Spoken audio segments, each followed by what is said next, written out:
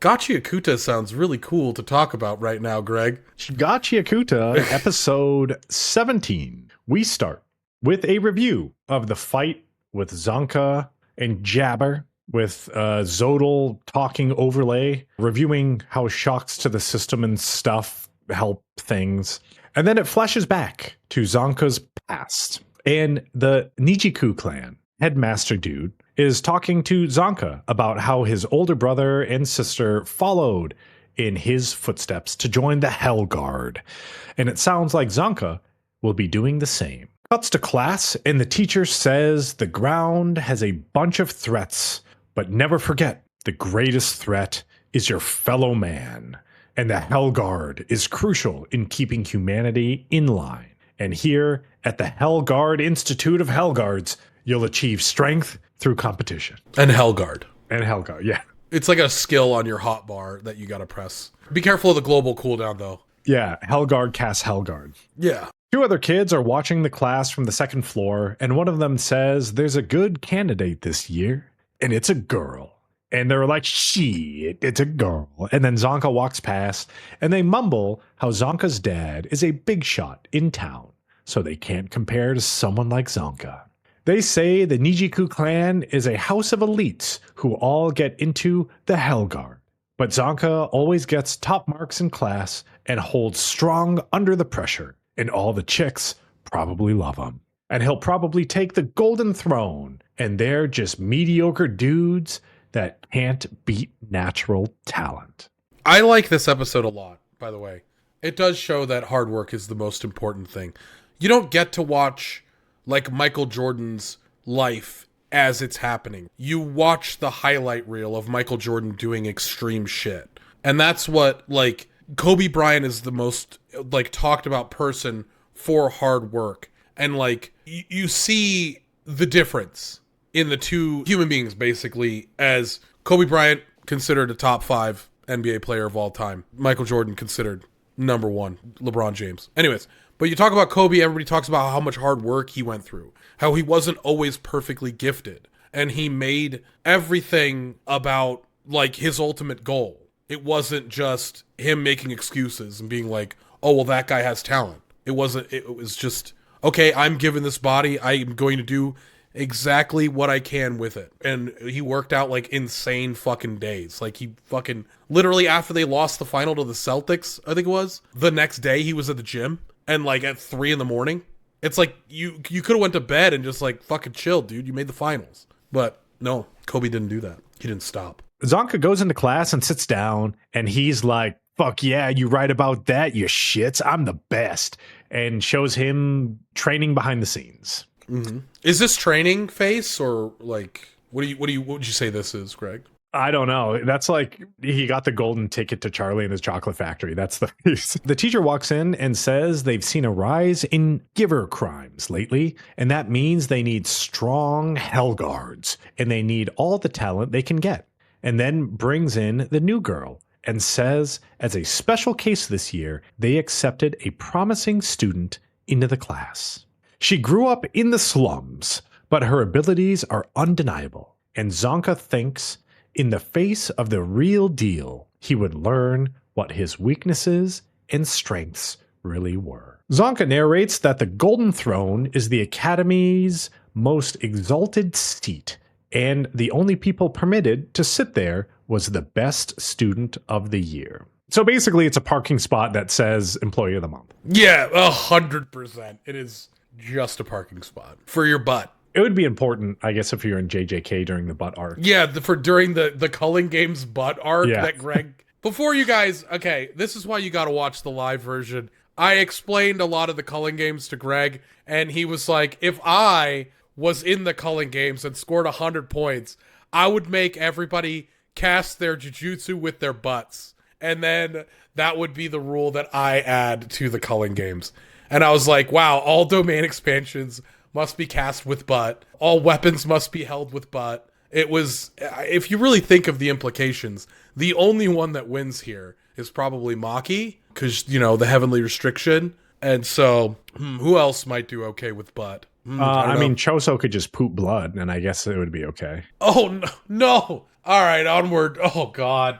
Cuts to the students sparring the new girl, and she beats all of them, including Zonka, leaving a slash on each of their necks. The teacher is like, sick, you beat all of our students in your first sparring match, and you could even take the golden throne. And her name is Hyo. She just turns and leaves, and all the students are like, she was raised in the slums, and she thinks she's better than us. And then everyone makes excuses to why they lost to her. But they're like, wait, she beat Zonka too, though. Zonka rolls up and plays it off, and is like, damn, she's tough.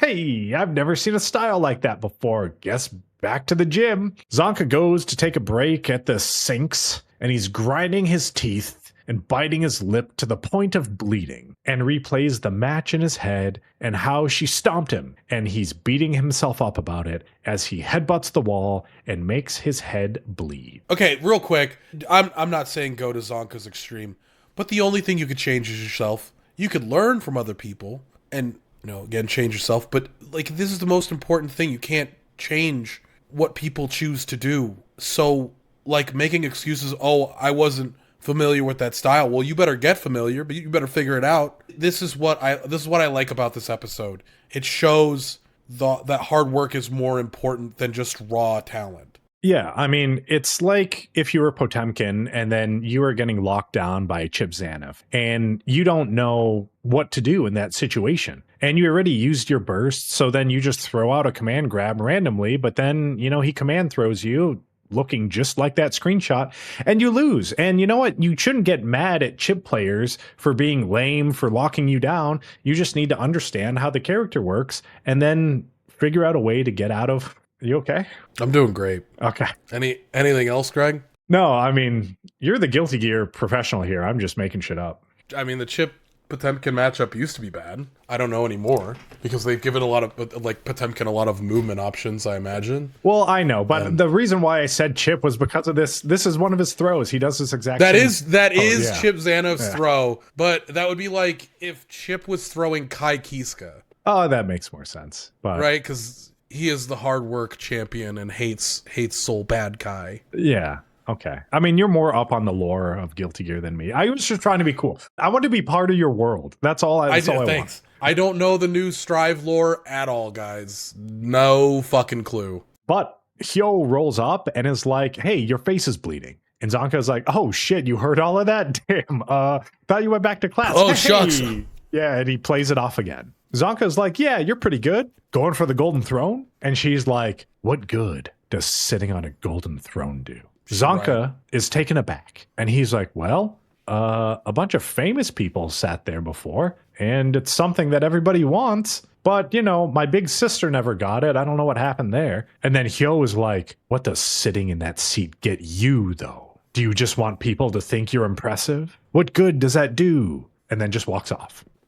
I like how she questions the why, which has been a moral of the story before on the podcast. And I think it's a good question to ask, and I think it's good because it really challenges people to understand the reason why they put so much work into something and what they are looking to get out of it versus just doing it for the sake of doing it. I agree. And her phrasing, he's just like, well, yeah, he is learning rapid fire how to be a better Zonka really quickly. And that's what rapid fire means. It makes it so you, as the viewer, have a more realistic version of how to learn and how to teach yourself to think about scenarios. Because, like, okay, when I did a bit of coaching in, like, World of Warcraft, when I did coaching in Lost Ark, when you talk about just anything when it comes to training anyone, the number one thing that comes up usually when it comes to gaming is it's not my fault, it's somebody else's fault. It's always somebody else. I think it's easier to blame others because it's just it's like a straw man argument. And I think that people don't hold themselves accountable enough at all. When you question the foundation that someone builds their life on and they aren't able to answer it intelligently, people get scared. They get offended and they don't like being challenged about something that they believe is like a foundational piece of how the world is or how they are. But if they're not able to really explain why it's a foundational piece, then normally people just go to, it is how it is. That's how it's supposed to be. If you don't do it that way, then you're bad. Or like, why wouldn't you do it that way? Everyone does it that way. But then it's like, well, why does everyone do it that way? Like, is there a different way to do it? Can we do this without doing it that way? Understand the rule to know how to bend them or break them. Like a prime example, we're probably all nerds here. Looking at DPS rotations. Why do these things all line up this way? Why do these cooldowns line up this way? In this order, if I do these things, why is this optimal? And if I understand that, then you continue forward and be like, well, how do I continue to optimize it even further, bending the rotation a little bit? Back in class, Zonka thinks when the real thing shows up, you see all the fakes start to change, and some in the most obvious ways. And it shows a girl with the same haircut as Hyo. And he continues and says some fakes try to imitate them. Some try to steal from them. And it shows a girl talking to Hyo asking how she did all of her moves. And some fakes self-loathe. And then it shows the dudes from the beginning of the episode just throwing up their hands, saying it must be nice to have natural talent. And Zonka thinks that they're disgusting. But ... Cuts to the teacher saying they're going to have a special class and they've gathered a number of weapons and the students need to follow their intuition and choose one that speaks to them. Cuts to Enjin and Ryo sitting at a well and Zonka is sitting inside of the well with his stick. And Enjin is like, damn, the academy has weapons classes and shit too? And you chose that thing? But also, why the fuck are you in a well? Enjin is like, wasn't that class like 3 days ago? Have you been in this well the whole time? Man, you'd be dead if we didn't show up. Zonka says he saw a hole, so he felt obliged to climb into it, as he's all depressed. And he says he got in the hole, but now he can't get out. Metaphorically. Because we see here in like 2 seconds he gets out of the hole. Enjin is like, I hear you, my dog. Well, you know what? We'll just hang out and enjoy this local manju. That shit good.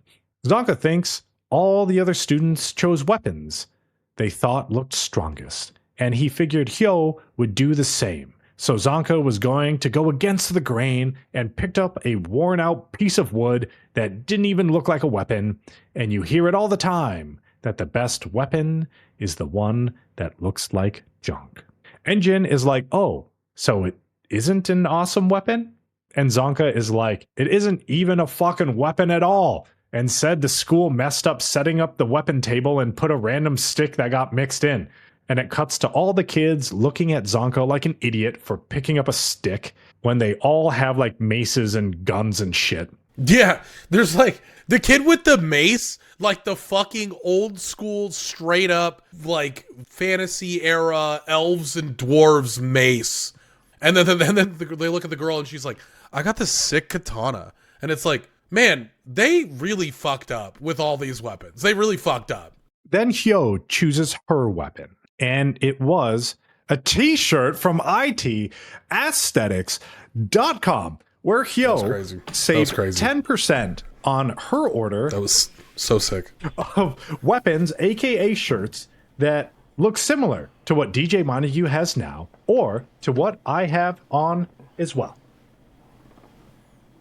Oh, that shirt is so sick, Greg. Visit it-aesthetics.com and be like Hyo and save 10% off of your order. And she came from the slums and she was able to afford it. Mm-hmm. With the discounts, obviously. With the discount. Use promo code TABC10 at checkout, 10% off. TABC5 for a stacking $5 off if they're running their own deals. Go out there, get some shirts, aka Vital Instrument, and save money while you're at it. Nice. That was beautiful. Enjin is like, wait, can't regular mediocre people get better than natural talent dudes?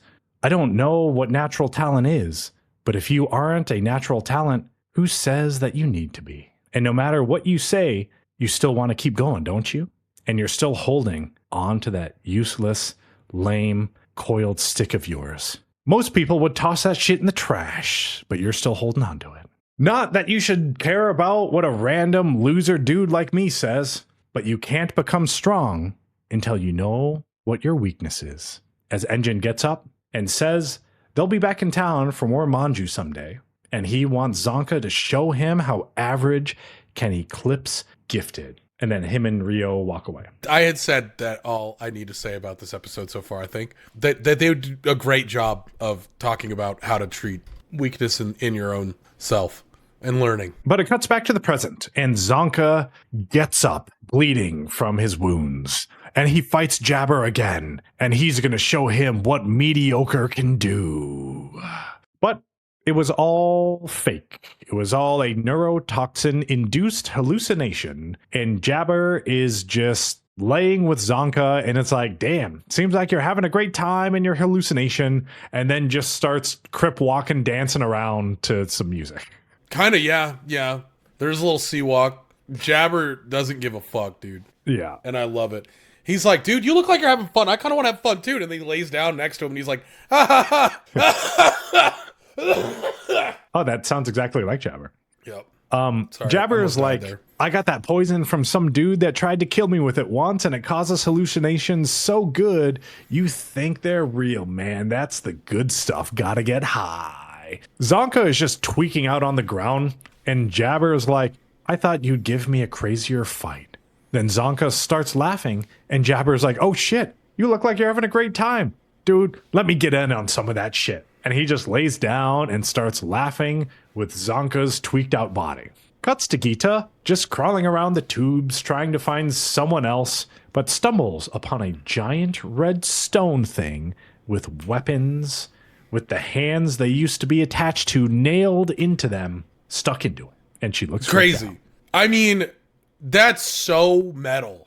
I could have swore that one of those kids had an axe in that flashback. I wonder if that's his hand. Probably. Cuts back to Jabber dragging Zonka's body. And he's like, the party can't last forever, my friend. I guess it's time to offer you up to the trash beast. Looks like Jabber is the winner. And that's how the episode ends. I mean, he fucking rickety rolled him. He's literally holding him by his foot and dragging him into his death.